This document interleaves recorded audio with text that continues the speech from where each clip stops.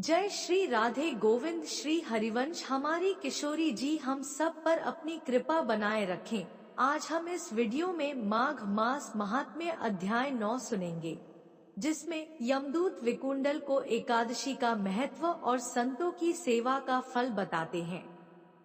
इससे पिछले वीडियो में हमने माघ मास महात्म्य अध्याय 8 सुना था, जिसमें यमदूत विकुंडल को उसकी मृत्यु के बाद कर्मों की गति सुनाते हैं।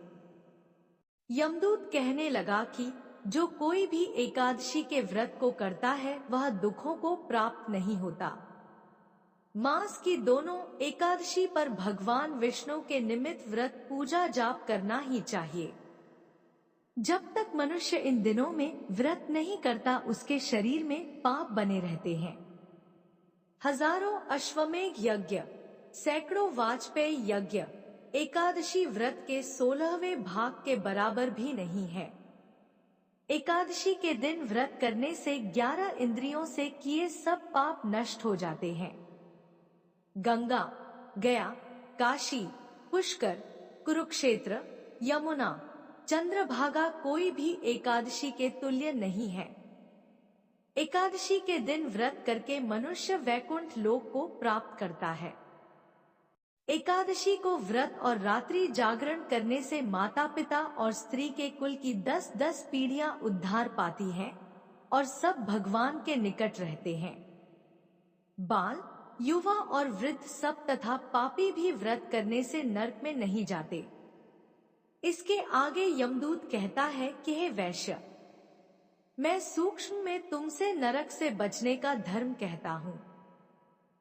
मन, कर्म और वचन से प्राणी मात्र का द्रोह न करना, इंद्रियों को दश में रखना, दान देना, भगवान की सेवा करना, नियम पूर्वक वर्णाश्रम धर्म का पालन करना, इन कर्मों के करने से मनुष्य नरक से बचा रहता है।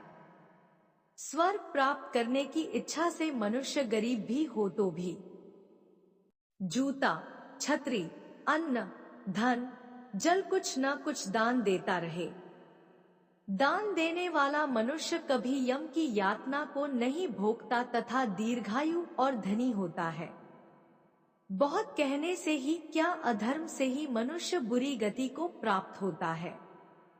मनुष्य सदैव धर्म के कार्यों से ही स्वर्ग प्राप्त कर सकता है, इसलिए बाल्यावस्था से ही धर्म के कार्यों का अभ्यास करना चाहिए।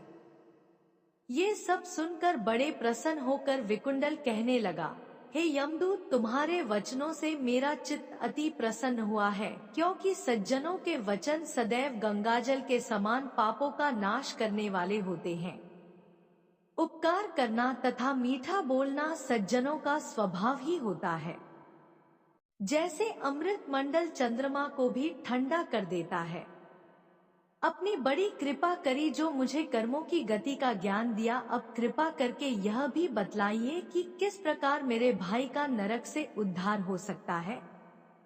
तब दूत कुछ देर ज्ञान दृष्टि से विचार कर बोला, है वैश्य, यदि तुम अपने भाई के लिए स्वर्ग की कामना करते हो तो जल्दी ही अपने 8 जन्म के पुण्य फल को उसके निमित्त अर्पण कर दो। तब विकुंडल ने कहा कि हे दूत, वह पुण्य क्या है और मैंने कौन से जन्म में और कैसे किया है, सो सब बतलाओ, फिर मैं अपना पुण्य अपने भाई को दे दूंगा। दूत कहने लगा कि हे वैश्य, सुनो, मैं तुम्हारे पुण्य की सब कथा कहता हूँ। पूर्व समय में मधुवन में शाल्की नाम का ऋषि था। वह बड़ा तपेश्वरी, ब्रह्मा के समान तेज वाला था। उसकी स्त्री रेवती के 9 पुत्र थे, जिनमें से 5 पुत्र जिनके नाम ध्रुव, शशि, बुध, तार, ज्योतिमान थे। इन 5 ने गृहस्थाश्रम धारण किया तथा निर्मोह, जितमाय, ध्याननिष्ठ और गुणातक ये चारों संन्यास ग्रहण कर वन में रहने लगे।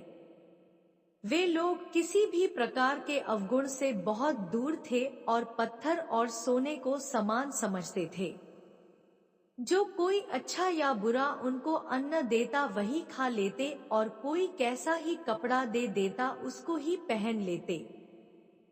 वे सदैव भगवान के ही ध्यान में लगे रहते। इन चारों ने व्रत, शीत, निद्रा और आहार सबको जीत लिया। बस चराचर को विष्णु रूप समझते हुए मौन धारण करके संसार में विचरते थे।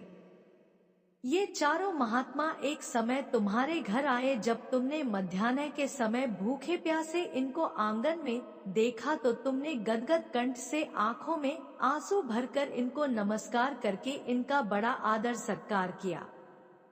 इनके चरणों को धोकर बड़े प्रेम से तुम इनसे कहने लगे कि आज मेरे अहोभाग्य है, आज मेरा जन्म सफल हुआ, मुझ पर भगवान प्रसन्न हुए, मैं सनात हुआ। मेरे माता, पिता, पत्नी, पुत्र, गौ आदि सभी धन्य है जो आज मैंने हरि के समान आपके दर्शन किए। सो हे वैश्य, इस प्रकार तुमने श्रद्धा से उनका पूजन किया और चरण धोकर जल को मस्तक से लगाया। फिर विधिपूर्वक इनका पूजन करके तुमने इन सन्यासियों को भोजन कराया। इन सन्यासियों ने भोजन करके रात को तुम्हारे घर विश्राम किया और ब्रह्मा के ध्यान में लीन हो गए। इन सन्यासियों के सत्कार से जो पुण्य तुमको मिला सो मैं भी कहने में असमर्थ हूँ, क्योंकि सब भूतों में प्राणी श्रेष्ठ है। प्राणियों में बुद्धि वाले, बुद्धि वालों में मनुष्य, मनुष्यों में ब्राह्मण, विद्वानों में पुण्यात्मा और पुण्यात्मों में ब्रह्मज्ञानी सर्वश्रेष्ठ हैं। ऐसी ही संगति से बड़े बड़े पाप नष्ट हो जाते हैं। यह पुण्य तुमने अपने पहले 8वें जन्म में किया था। सो यदि तुम अपने भाई को नरक से मुक्त कराना चाहते हो तो यह पुण्य दे दो। सो दूत के ऐसे वाक्य सुनकर उसने प्रसन्न चित्त से अपना पुण्य अपने भाई कुंडल को दे दिया और वह नरक से मुक्त हो गया और दोनों भाई स्वर्ग लोक में देवताओं से पूजित किए गए और वहां यमदूत अपने स्थान को चला गया। इस प्रकार वैश्य के पुत्र विकुंडल ने अपना पुण्य देकर अपने भाई को नरक की यातना से छुड़वाया। सो हे राजन, जो कोई इस इतिहास को पढ़ता या सुनता है वह 1000 गोदान का फल प्राप्त करता है। 9वां अध्याय समाप्त। इसके आगे का वृत्तांत हम अगले वीडियो में सुनेंगे। तो आज का वीडियो यही तक। अगले वीडियो में फिर मिलेंगे, तब तक के लिए आप सबको प्रेम भरी राधे राधे।